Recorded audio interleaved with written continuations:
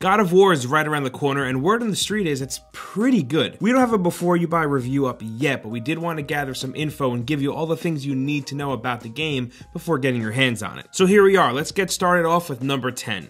It's important to know that this isn't a reboot of the God of War franchise, even though the game is simply titled God of War and doesn't have a number after it. It is a direct continuation of the series. Everything that's happened to Kratos in the past few games is still canon. Even though it isn't a direct continuation, it definitely doesn't seem to be the same God of War that we know. Even Kratos is a bit different. He's less of a hothead and seems a little more reserved, even though you know that anger is definitely still there. No one can be that angry all the time and then just lock it up away forever. So I guess it can be considered a soft reboot in terms of how it plays, looks, takes place, but in terms of narrative, it's still right in line with the past few games. But what exactly is being changed? With that, let's move on to number 9. Right away, you'll notice that the combat is very different than what we're used to seeing in a God of War game. It's not as much like hectic hack and slash like it used to be. The camera is now fixed right behind Kratos, and it's way more grounded now. This time around, he's trading in his Blades of Chaos for a war axe that he can throw like Thor's hammer, and it looks really badass. Like, he's still beating these guys to death, and it's still insane to watch. But making the camera fixed behind Kratos actually makes the combat a little bit more intense because it's more up close and personal. Also, on the topic of the camera angle, pretty much the entire game is one shot. Like, the camera never really cuts away from Kratos,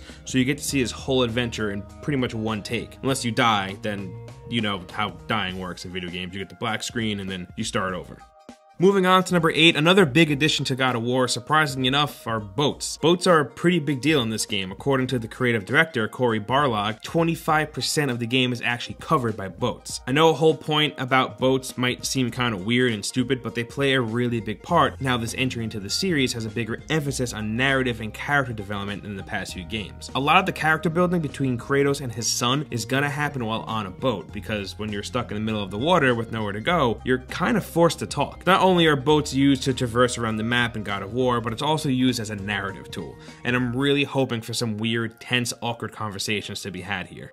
Moving on to number 7, the past few God of War games all took place within Greek mythology, with you going up against the likes of Zeus, Medusa, Hades, Hercules, etc., etc. This time around though, Kratos is going up against Norse gods, which is kind of weird if you think about it. Like, how can Kratos jump from one mythology to the next? Well, creative director Cory Barlog took to Twitter to answer a fan about how exactly that could work. He said that all myths are creation stories from different cultures. Most cultures were separated by geography, so in our world, they all exist together from the beginning of time, just in different locations. And that's a pretty good explanation. That makes perfect sense as to why Kratos is in Midgar. Hopefully we get to see how and why he ended up there at some point in the game. And moving on to number 6, something that's brand new for the series is optional boss fights. Now there are a few different outlets and people talking about this, and a lot of the internet seem to think that every boss fight in the game is optional, and that you can skip boss fights to stick to the story at hand, but I don't really know where this is coming from. When asked if there were optional boss fights, Barlog answered yes, and that was it. It wasn't talked about any further, so there really isn't anything proving that each boss fight is optional. I take it more as there are optional boss fights that you can find that are off the beaten path a bit and not tied directly into the story. I mean, the game is pretty big, and I've seen that you can spend another 5 to 10 hours playing after beating it, and I think it's safe to assume that some of that 5 to 10 hours includes some of those optional boss fights. And at number 5, God of War has way more RPG-style customization elements than you'd expect. The biggest thing, and much to the surprise of a lot of players, different armor pieces to choose from. In in-game shops, you can buy and craft using certain materials from killing enemies into new tunics and shoulder guards. These have different levels of rarity, and each has different attributes for strength and defense, which also then gives you access to tiered ability upgrades via a skill tree for each character. Different rune stones will also give you different attributes.